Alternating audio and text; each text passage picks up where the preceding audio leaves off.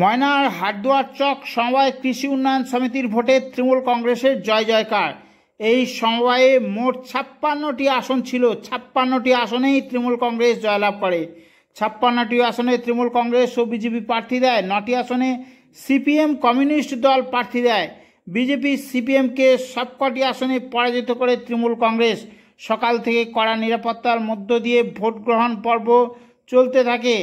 নির্বাচনের ফল ঘোষণার পর দেখা যায় সবকটি আসনে জয়লাভ করে তৃণমূল কংগ্রেস। সবুজ আবির মেখে জয়ের উল্লাসে মেতে ওঠে তৃণমূল কংগ্রেস।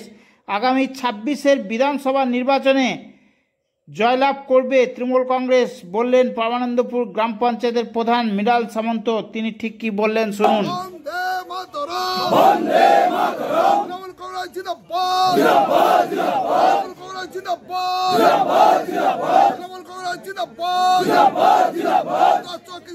সমিতির উন্নয়ন জিতল কে?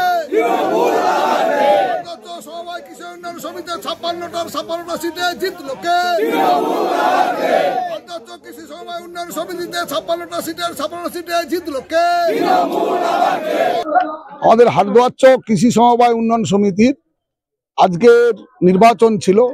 এই সমিতি ১৯৫৯ সালের এই সমিতি প্রতিষ্ঠা লাভ করে। দীর্ঘদিন ধরে এই সমিতি গ্রাম বাংলার সাধারণ খেটে খাওয়া মানুষ, কৃষক, শ্রমজীবী মানুষের স্বার্থে বিভিন্নভাবে তারা সহযোগিতা করে থাকেন। ঠিকভাবে এই যে উন্নয়ন, এই উন্নয়নের সামনে রেখে এলাকার মানুষজন স্বতঃস্ফূর্তভাবে আজকে নির্বাচনে অংশগ্রহণ করেছে। প্রায় ১৩৫৯ জন মেম্বার এই মুহূর্তে এই সোসাইটির, এবং এই সোসাইটি হাটদুয়ার চকের ৪টি বুথের এলাকার মধ্যে সীমাবদ্ধ। হাটদুয়ার চক পূর্ব, পশ্চিম, মথুরি চক এবং গৌরাঙ্গ চক, এই বিস্তীর্ণ এলাকা জুড়ে প্রায় ১৩৬৯ জন সদস্য এই সমিতিতে রয়েছেন।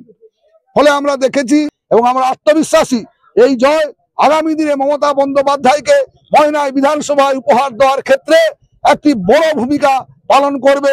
আমাদের আত্মবিশ্বাস আমাদের আছে। বিজেপির ৫৬ জন, আমাদের ৫৬ জন, আর বামফ্রন্টের পক্ষ থেকে ৪টি কেন্দ্র মিলে ৯ জন প্রার্থী দিয়েছিলেন। মোট এখানে ভোটার সংখ্যা ১৩৭৯ ভোটার, প্রায় 95% ভোট পোল হয়েছে। এবং আমাদের প্রত্যেক প্রার্থী প্রায় ১০০-এর বেশি ব্যবধানে প্রত্যেক প্রার্থী নির্বাচিত হয়েছেন। আমার নাম মৃণাল সামন্ত। আমি ময়না ব্লক তৃণমূল কংগ্রেসের জেনারেল সেক্রেটারি, পরন্দুর গ্রাম পঞ্চায়েতের প্রধান।